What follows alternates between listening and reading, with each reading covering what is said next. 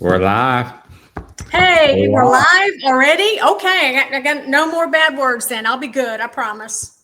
Well, give it 60 seconds, Yeah. we can sling them. We can sling them. I'm sure I'll think of something. So I'm sure you will. Yes, but in your true Southern style, I'm sure you'll come up with something. yes, I used an expression the other day, your head is stuffed with cotton. And they looked at me like, what did you just say? I'm like, when you're foggy and you can't think, when your head is stuffed with cotton. And it made sense to me, but they're like, I've never heard that before. I think a lot of things make sense to you that just the rest of us are like, what? Well, one of the things that I have learned, and it's been so interesting to watch because I'm a student of languages, is just how rich Southernisms can be. Right. And the kind of like the meaning behind a lot of those things. So that's just a small example, but we're not here to talk about Southernisms today. We're here to talk about a big gap in reality. Yeah. Perception and reality. And so what are you talking about, Jeff? I mean, I think it can hit in almost every area. I mean, look, let's face it. Marketers work hard every day. They fight the good fight, and there's so little time, and they're trying to do all these things. I think the danger zone, though, comes in when it could be just about anything. You think that your lead conversion is fine, your ABX campaign's running the way you want to, your brand's where you need it to be, you're optimizing your tech stack.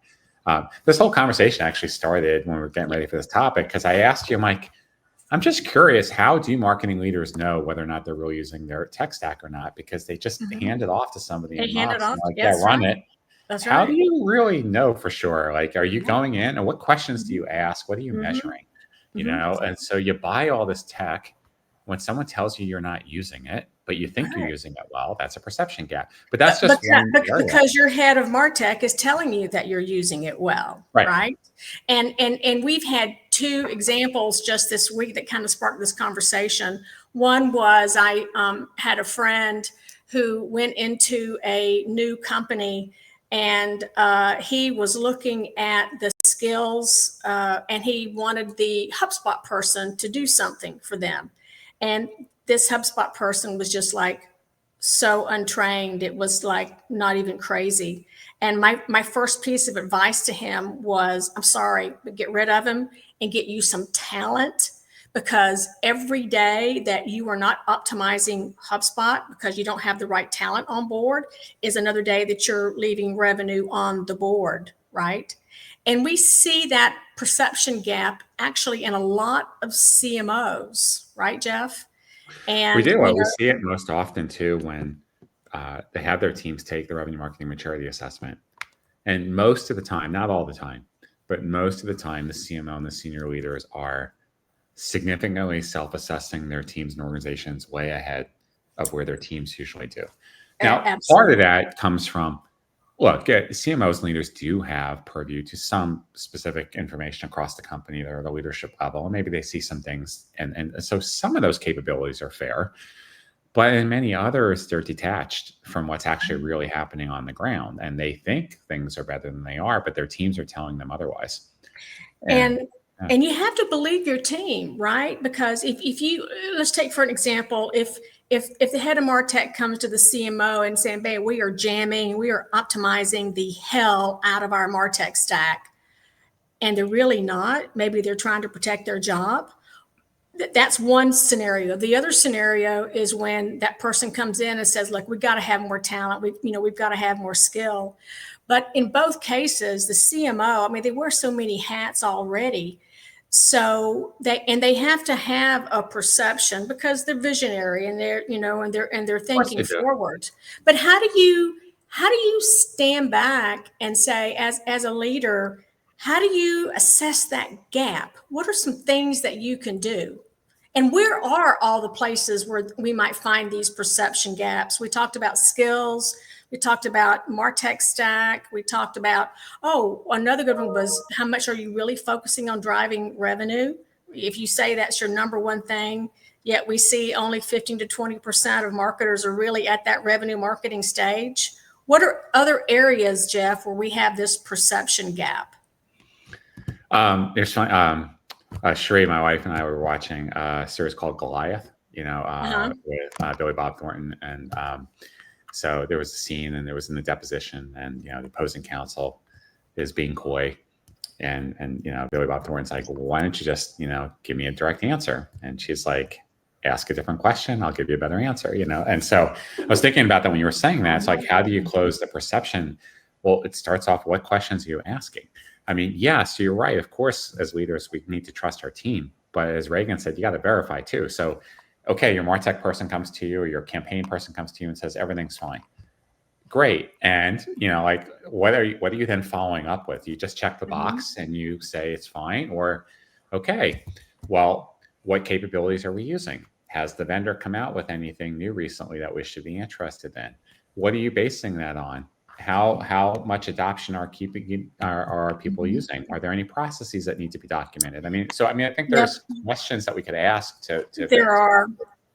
One of the things that we certainly help organizations with is, when we go into a marketing organization and we see the different parts and pieces, we always ask them a question: what's your best and highest use to the company, right?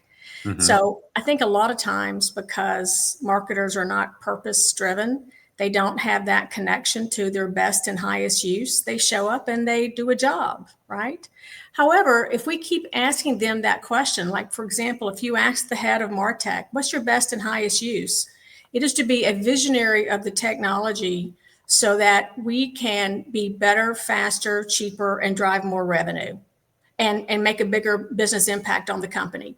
If that is your guiding star, if that is your best and highest use of the company, then what are you doing today that can be improved, right? So kind of what are the I know you're busy, but if time wasn't a factor, and if I cleared your whole schedule for you, what would be the top 2 or 3 things that you would work on right now that you think are the most important for the company and for your role or your department that gets a different response?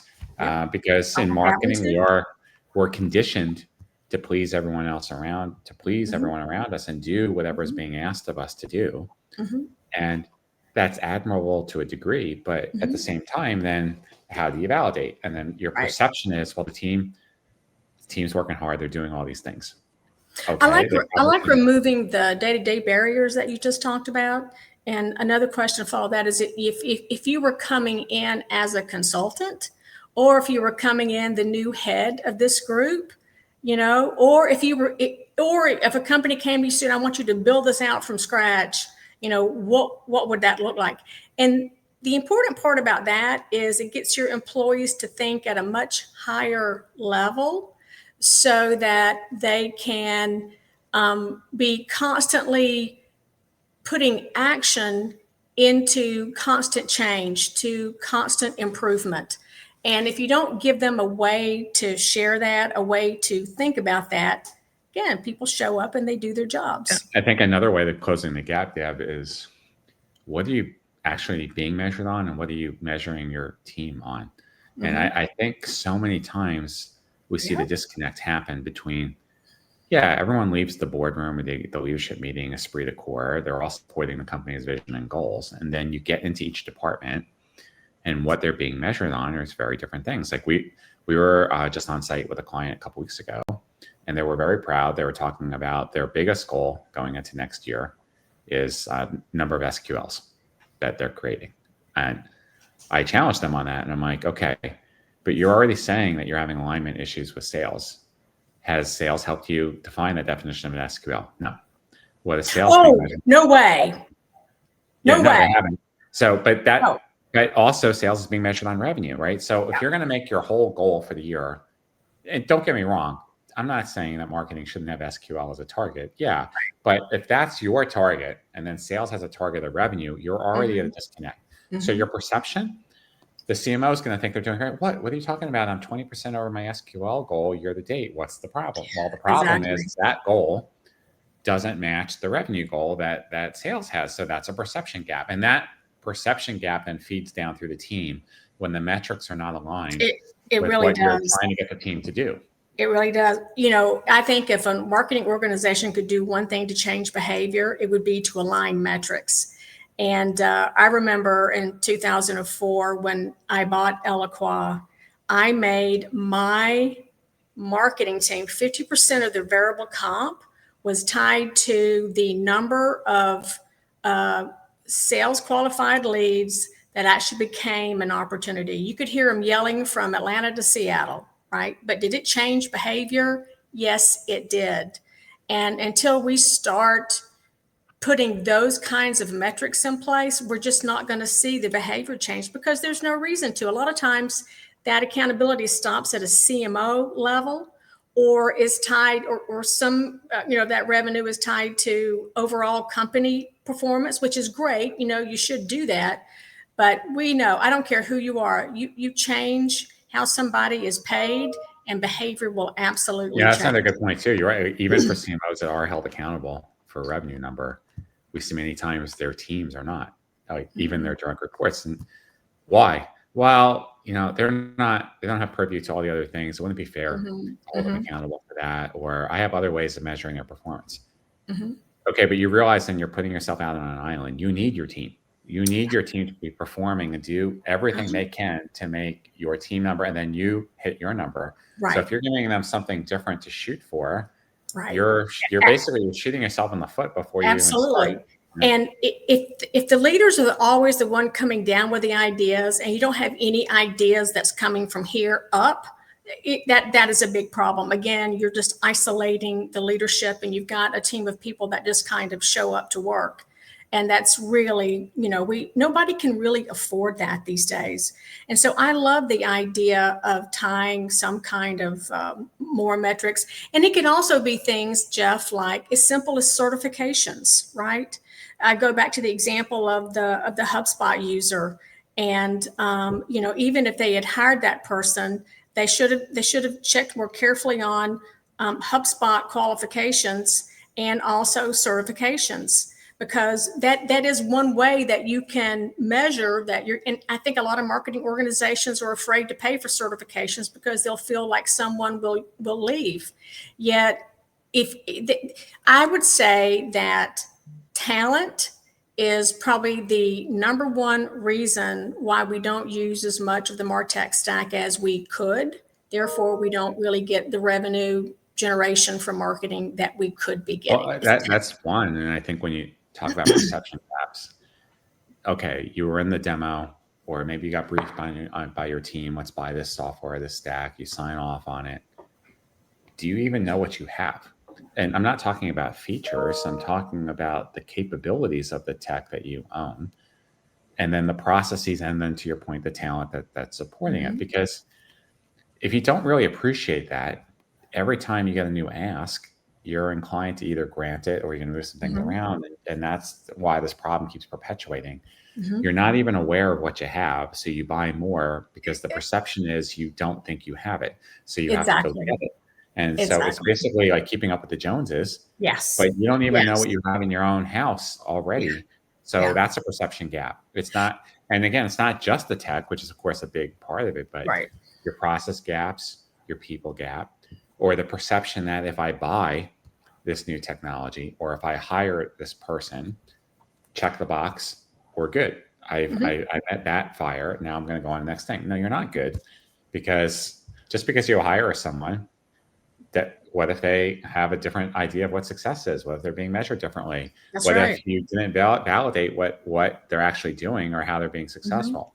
You can buy all the tech you want, but if you don't change your processes or the way that you're working, you're never going to be able to take advantage of all the capabilities the vendor has. And look, it's not like we're asking people to go out and take, it would be nice if you used more than 75% of the tech, but the problem is far worse than that, much more sinister. We're talking about 20% is what we're seeing. Exactly. So, what would your world look like if you even got up to 30%? Right. Or even 5% more. That's why I think it kind of comes down to the culture as well, Jeff. Again, if you don't have a team that's excited about learning and is constantly curious and is always looking for ways to do things better, to improve, and they're all aligned toward a goal, a revenue number, or whatever that is, you're going to constantly push down, push down, push down. When the world that we're in today, it should be coming up. A lot of it should be coming up, a lot of the new ideas for how to do things, because the people that are practically sitting in here and using this technology every day should be thinking, wow, we've got this new thing going on in HubSpot. What if we did this with our campaigns instead, right? Mhm. Versus it's all coming down. So I think that perception gap can be fueled by just the whole culture of innovation, experimentation, learning, and the feeling safe that you can make recommendations and that you can bring that kind of discussion forward. Yeah, I mean, or going back to that culture, he asked the question, how good's your team? I have a great team. You know, we all get along really well together. You know, we have great rapport. That's awesome. As you should. Mhm. But is that the only measure? Like, how are you measuring when you say you have a great team? Are you measuring it based upon how long they've been with you? Are you measuring it on turnover? Are you measuring it on outcomes? You know, what are they actually producing? So your perception that your team is good, and I'm not saying that your perception is wrong per se, because it all goes back to how you're Mhm. evaluating it. What I am challenging the leaders is, how many questions are you asking yourself Yes. to give that response, right? Because Completely you might agree. find that you do, in fact, have a good team. However, they are underperforming in Yeah. certain areas. You could Right. have a Right. great culture, but you're not winning. And I think sometimes as a leader, you have to make the tough decisions. And you know me, we're drowning in technology. We have more technology than anybody even knows what to do with right now. So you've got this very expensive investment and you certainly need to optimize that. But I just kind of, I always come back to the people and the skills and the, what is your best and highest use in the organization, and what is your purpose, and how can you help the company grow, because that's really why you're part of the marketing organization. So really igniting, the team to be thinking up and to bring these ideas forward. Again, if it all is coming down like this, that's where that perception gap is really, and we have seen CMOs that didn't know anything about what was going on in their organization. They're just fine. That's fine. That's Yep. fine. And that's just like the worst case scenario. So it's the CMO asking the right questions and asking different questions. It's kind of setting up that culture for innovation and change and exchange of ideas. And how can we do this different and Yeah. better? And that doesn't, and just because you ask questions or want to be informed, Uh-huh. you don't have to confuse that with micromanaging. You know, Exactly. you're just trying to Yeah. get a better handle Yeah. on what the team is doing, and Right. just as important, what Right. they're not. Right. So if Right. you have certain goals and you're trying to achieve outcomes and you're not getting those outcomes, Mhm. you do need to ask the questions. And if your team is as good as you think it is, then they should be receptive They to should this rise to constant that, inspection, right? right? They They should should rise, absolutely, and yeah, and meet yeah, that they need. should And rise. then, even for I think we were debating about the topic for this week. We were going to also maybe think about addressing all the different ages. You got the millennials and Gen Zs and Gen Mhm. Xers and all that in the workforce now, and the perception between those groups. But sticking with the topic of perception, what is your perception on you people joining your team versus people that have been with you for 15 years, and how do you manage them? How do Mhm. they feel about each other? And how do you create that team dynamic? Right. It's the one It's constant, whether we like it or not, is change. The world keep turning, whether we Mhm. want it to or not. Right. New Right. tech will come and go. People will come and go. Clients will come and go. Teammates will come and go. But as leaders, the closer our perception is to reality, the better we'll be, as long as we Absolutely. have the humility to be able to ask, right? And to be able to self-question. Absolutely. The best leaders always say, I hire people way smarter than me, right? Who can really, really, really get things done. And I want to come back to the question again, because there's those questions that the CMO asks. It is to verify what's going on, but those questions are also meant to inspire the team to lead up and to think up and to bring things forward as well, Mhm. right? Because they're the ones that are in that piece of technology every single day, working that process every single day, being measured on a core set of metrics every day. So I think that the best way to close that gap, that perception versus reality is, well, first of all, the CMO's got to admit that they don't know everything, right? Yes.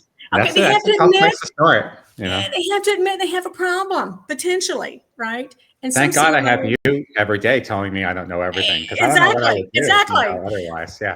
But if they don't, but you use the word humility, and I think humility is a great word. And just to be at a CMO, to be constantly curious and constantly questioning, number one, to verify, but also to inspire, ignite, and raise up. I mean, really, is there a much better definition of leadership than that? I don't think there is, but they have to admit that they can be better. And I think these are some of the softer elements that people get so busy in their life. They get so busy with the technology and the work and the campaigns going out the door and the banner ads and all those things. I don't think they often have time to just sit and think and consider, if I made this change in my culture, if I ask a different set of questions, how much more productive would we be as an organization? And also, vulnerability doesn't make you weak. No, I know we used to work all. with someone that felt the opposite, but I think. I used to be like that. I used to absolutely. I was like that for much of my life, right? Now I think feedback's just a gift, and asking questions and not knowing the answers, that's a gift.